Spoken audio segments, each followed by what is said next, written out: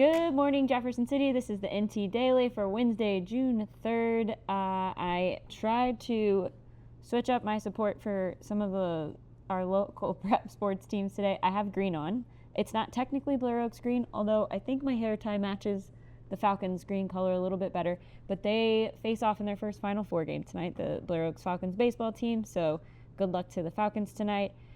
We have a couple of updates today that deal with public safety, health issues. We're going to start it off with a recap of the City Council meeting from Monday night, but a couple of grant opportunities and health and safety updates that we are given today on the NT Daily. So let's get into what happened at City Hall on Monday night. As expected, Mayor Fitzwater wanted the City Council to uphold his veto of the Idaho Stop ordinance. The council originally approved the ordinance May 4th, which would allow cyclists at open intersections to treat stop signs as yield signs and then stop lights as stop signs in certain situations. So Mayor Fitzwater vetoed that decision. He felt like the council needed more discussion on it. He felt like there was not a lot of clarity. City administrator at the time, Brian Crane, city administrator, echoed those sentiments. So they felt like there was needed more discussion, maybe potentially clearer language and more public education around how drivers and cyclists would share intersections under the proposal.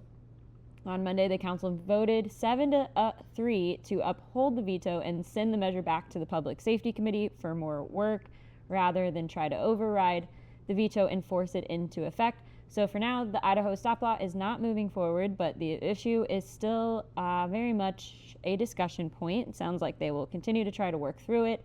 We will continue to keep you updated on that issue. A few other things happened at City Council that are important. The city decided to voted on their support for a grant application seeking up to $16.8 million to replace the High Street Viaduct and the Missouri Boulevard Bridge over Wares Creek.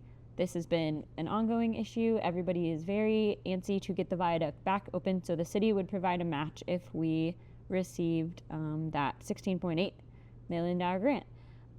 Couple other things. They are looking at putting in a cell tower at the Ellis Porter Riverside Park. As somebody who has to go to the park often for their kids, I would greatly appreciate better self-service over there, so found that interesting. And again, back to the Idaho Stop law. Anchorage, Alaska is the only other city in the country that has a municipal law like this. Otherwise, most of the time where you find the Idaho Stop law is in states, Idaho, Colorado, a handful of other states have passed it statewide. So Jefferson City would actually be, if we move forward with the proposal, would be the first city in the state to pass it. So we will, again, keep you updated on that conversation. A week or so ago, Missouri's school, MU Extension, is urging Missourians to think about protection before they head outside, including what you wear. Extension specialists recommend treating clothes and gear with permethrin, a repellent that both repels and kills ticks and can be especially helpful for people who work or are in tall grass and wooded areas. They are stressing safety around this. Permethrin can be toxic to animals, so it should not be applied directly to skin, used on pets, or sprayed near creeks or streams or other bodies of water. The reason for this is that tick-related emergency room visits are climbing at an escalating rate across the Midwest. They are particularly worried about several serious illnesses that ticks carry, including the proliferation of alpha-gal syndrome, but also including the ones that we are typically hear about in Missouri with Lyme disease and Rocky Mountain spotted fever. MU Extension is pushing prevention as a way to keep those cases down, which ties into another story highlighting a health worker.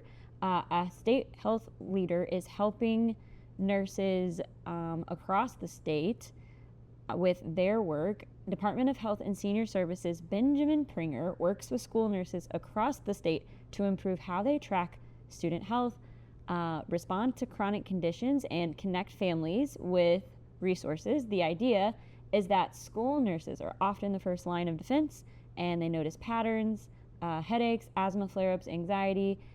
If we have a well-trained frontline nursing staff, we can help students get the care they need before those problems turn into missed school days or ER visits. Pringer's team plays a fundamental role in focusing on data and training so that nurses in rural and urban districts have the same tools, updated protocols, and better reporting systems. So we thank Pringer for his help. It's a really great article that we had on him last week in the News Tribune. I hope you will check it out. We will be right back after a short break, and stay with us because we will be back on the NT Daily with more stories. Thanks. We have a severe weather alert to report here. The storm is also bringing the threat of damaging winds and large hail. Here's the thing. When storms bear down,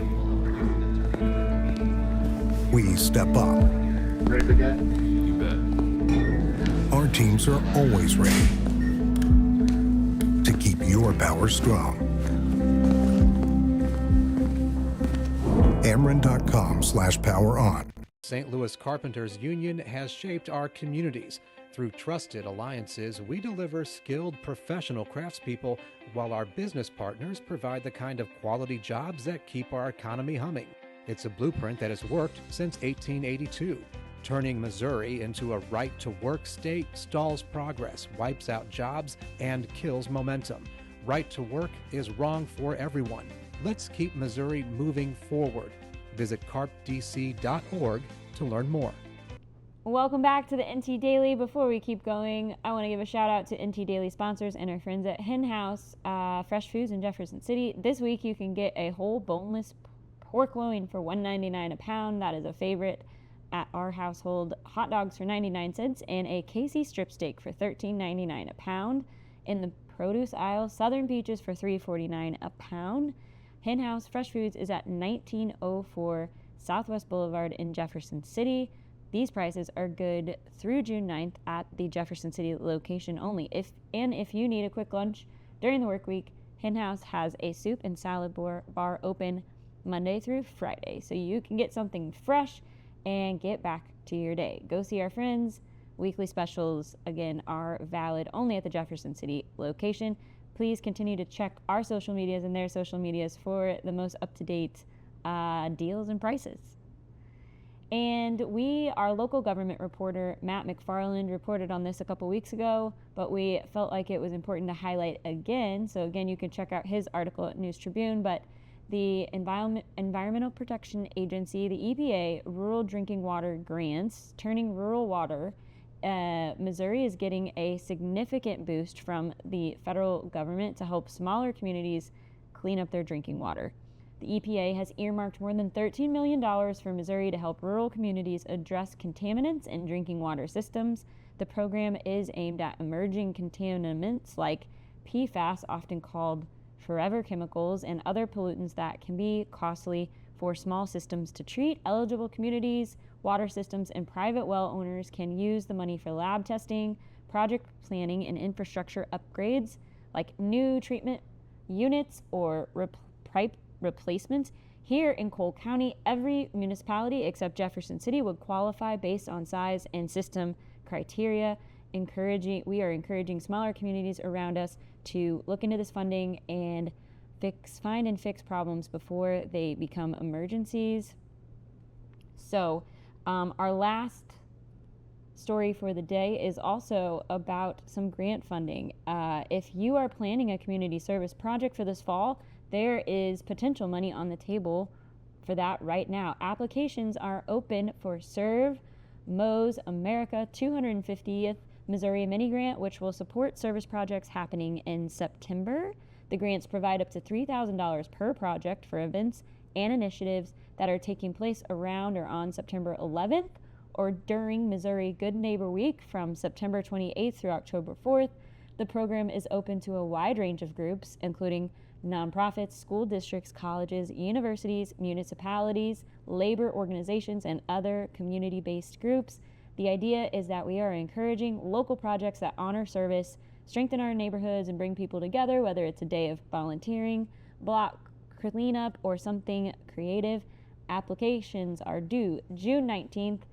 Organizations want to line up funding for fall projects. So please, if you have a fall project in September or in that week in October, we hope that you will look into applying for that funding. And we look forward to hearing about what potential projects could be in mid-Missouri this fall. And in sports, as I mentioned earlier, our Blue Oaks Falcons are in their first game tonight in the Final Four for Class 3. They are doing a Final Four send-off in Wardsville. The team pick at the Falcons Sports Complex. The bus is leaving at 11, and there's a parade that is beginning on Route B at 11 a.m. So if you want to go send off the Falcons and wish them good luck on their Final Four trip, you can still get there this morning at 11 a.m. out in Wardsville. And that is your NT Daily for Wednesday. We will see you again tomorrow. Have a good day. And again, as always, you can reach out to us at ntdaily@newstribune.com. We will see you in the morning. Have a good one.